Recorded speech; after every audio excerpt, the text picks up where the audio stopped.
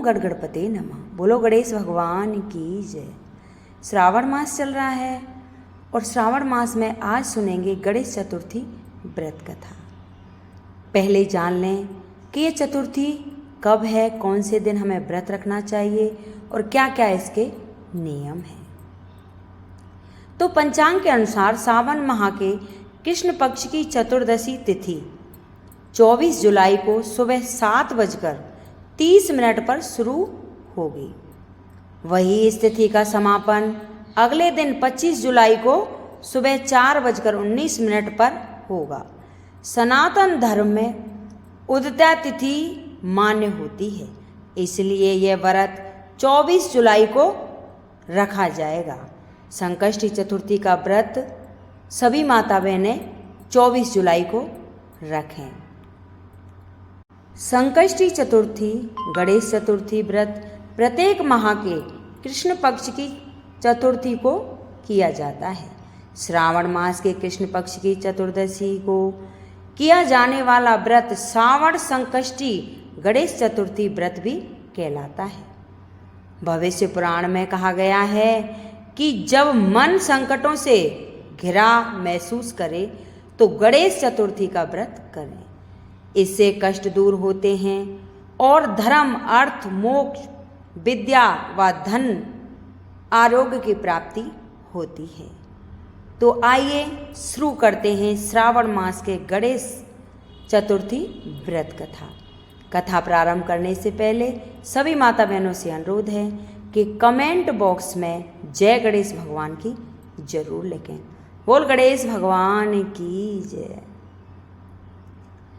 तो ऋषिगण पूछते हैं, हे स्कंद कुमार, दरिद्रता, शोक, कुष्ठ आदि से विकलांग शत्रुओं से संतप्त राज्य से निष्कासित राजा, सदैव दुखी रहने वाले धनहीन, समस्त उपद्रवों से पीड़ित विद्याहीन, संतानहीन, घर से निष्कासित लोगों, रोगों एवं अपने कल्याण की कामना करने वाले लोगों को क्या उपाय करना चाहिए जिससे उनका कल्याण हो सके, उनके उपरोक्त कष्टों का निवारण भी हो जाए। यदि आप कोई ऐसा उपाय जानते हो तो उसे बतलाइए। तब स्वामी कार्तिकेय जी ने कहा, हे ऋषियों, आपने जो प्रश्न किया है उसके निवारणार्थ मैं आप लोगों को एक ऐसा शुभदायक फल बताता हूँ, उसे सुनिए। इस व्रत के करने से पृथ्वी के समस्त प्राणी संकटों से मुक्त हो जाते हैं। यह व्रत राज, महापुण्यकारी एवं मानवों को सभी कार्यों में सफलता प्रदान करने वाला है। विशेषता यह है, यदि इस व्रत को महिलाएं करें तो उन्हें संतान एवं सौभाग्य की वृद्धि होती है। इस व्रत को धर्मराज युधिष्ठिर ने किया था। पूर्व काल में राज्य छिन जाने पर अपने भाइयों के साथ जब धर्मराज वन में चले गए थे तो उस वनवास काल में भगवान श्री कृष्ण ने उनसे कहा था। युधिष्ठिर ने भगवान कृष्ण से अपने कष्टों के निवारण के लिए प्रश्न किया था।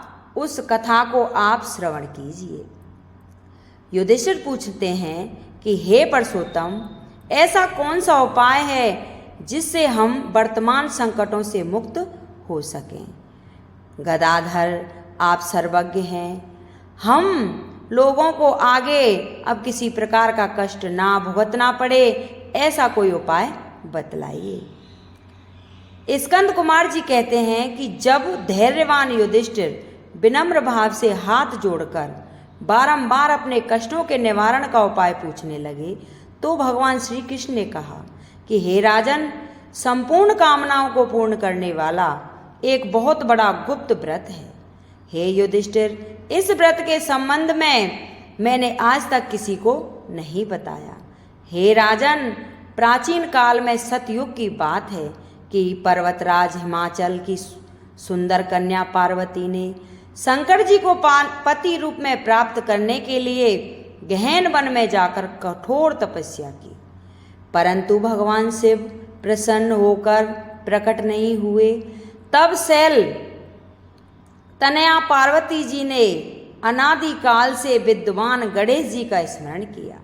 गणेश जी को उसी क्षण प्रकट देखकर पार्वती जी ने पूछा कि मैंने कठोर दुर्लभ एवं लोभ हर्षक तपस्या की, किंतु अपने प्रिय भगवान शिव को प्राप्त ना कर सकी।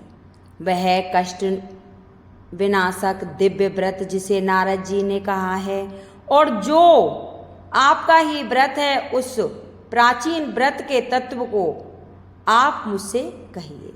पार्वती जी की बात सुनकर तत्काल सिद्धिदाता गणेश जी उस कष्टनाशक शुभदायक व्रत का प्रेम से वर्णन करने लगे।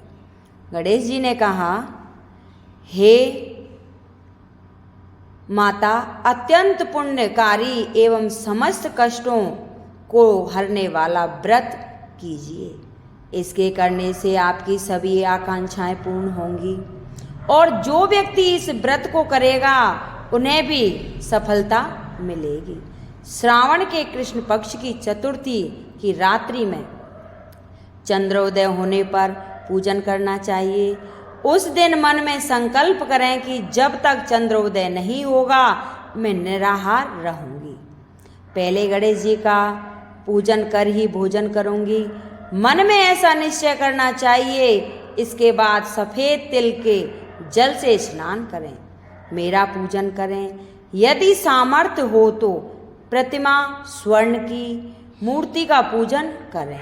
अभाव में चांदी, अष्टधातु अथवा मिट्टी की मूर्ति की भी पूजा करें।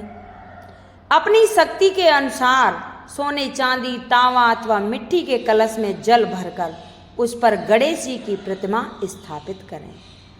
मूर्ति कलश पर वस्त्रोच्छादन करके अष्टदल कमल की आकृति बनाएं और उसी मूर्ति की स्थापना करें। तत्पश्चात षोडोपचार विधि से भक्तिपूर्वक पूजन करें।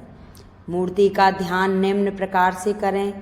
हे लंबोदर, 4 भुजा वाले, 3 नेत्रों वाले, लाल रंग वाले, हे नील वर्ण वाले, शोभा के भंडार, प्रसन्न मुख वाले गणेश जी, मैं आपका ध्यान करती हूँ। हे गणजानन, मैं आपका आह्वान करती हूँ। हे विघ्नराज, आपको प्रणाम है। यह आसन है। लंबोदर, यह आपके लिए पाद हैं। यह आपके लिए अर्ध है। उपापुत्र, यह आपके लिए स्नानार्थ जल है। वक्रतुंडाय, यह आपके लिए आचमनीय जल है। शूर्पकर्ण, यह आपके लिए वस्त्र हैं सुशोभित। यह आपके लिए यज्ञोपवीत है। हे गणेश्वर, यह आपके लिए रोली चंदन है। हे विघ्ननाशक, यह आपके लिए फूल हैं। हे विकट, यह आपके लिए धूपबत्ती है। हे वामन, यह आपके लिए दीपक है। सर्वदेव, यह आपके लिए लड्डू का नैवेद्य है। हे देवों के देव, यह आपके निमित्त फल हैं। हे विघ्नकर्ता, यह आपके निमित्त मेरा प्रणाम है। प्रणाम करने के बाद क्षमा प्रार्थना करें। इस प्रकार षोडोपचार रीति से पूजन करके नाना प्रकार के प्रसादों को बनाकर भगवान को भोग लगाएं। हे देवी, शुद्ध देसी घी में 15 लड्डू बनाएं। सर्वप्रथम भगवान को लड्डू अर्पित करके उसमें से 5 ब्राह्मणों को दें। अपने सामर्थ्य के अनुसार दक्षिणा देकर चंद्रोदय होने पर भक्ति भाव से अर्घ देवें। तदनंतर 5 लड्डू का स्वयं भोजन करें। फिर हे देवी, तुम सब तिथियों में सर्वोत्तम हो, गणेश जी की परम प्रियतमा हो। हे चतुर्थी, हमारे द्वारा प्रदत्त अर्घ को ग्रहण करो। तुम्हें प्रणाम है। निम्न प्रकार से चंद्रमा को अर्घ प्रदान करें।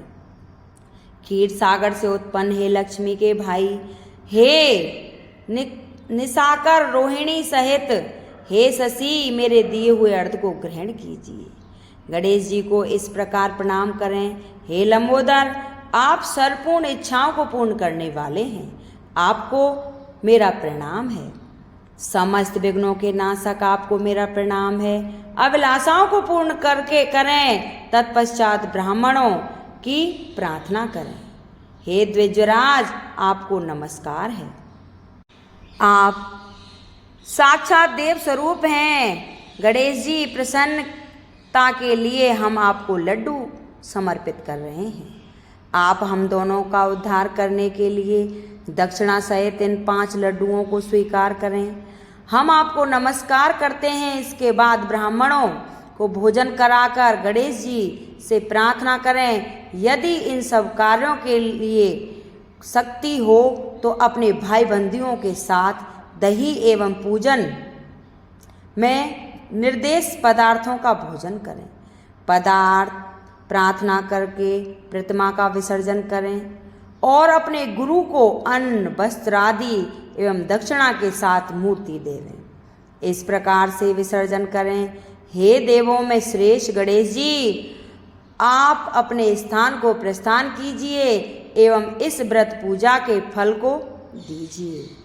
हे सोमुखी, इस प्रकार जीवन भर गणेश चतुर्थी का व्रत करना चाहिए। यदि जन्म भर ना कर सकें तो 21 वर्ष तक करें। यदि इतना भी ना कर सकें तो 1 वर्ष तक 12 महीनों के व्रत को करें। यदि इतना भी ना कर सकें तो वर्ष के 1 मास को अवश्य ही व्रत करें और श्रावण चतुर्थी को व्रत का उद्यापन करें। बोलो गणेश भगवान की जय। ये थी गणेश जी की व्रत कथा। जो भी माता बहनें गणेश जी का व्रत करती हैं उनको ये अवश्य सुननी चाहिए। अगर कथा अच्छी लगी हो तो लाइक शेयर करें, सब्सक्राइब करें, जिससे सभी माता बहनों के पास ये पहुंच जाए। और कमेंट बॉक्स में जय गणेश भगवान की जरूर लिखें। बोल गणेश भगवान की जय।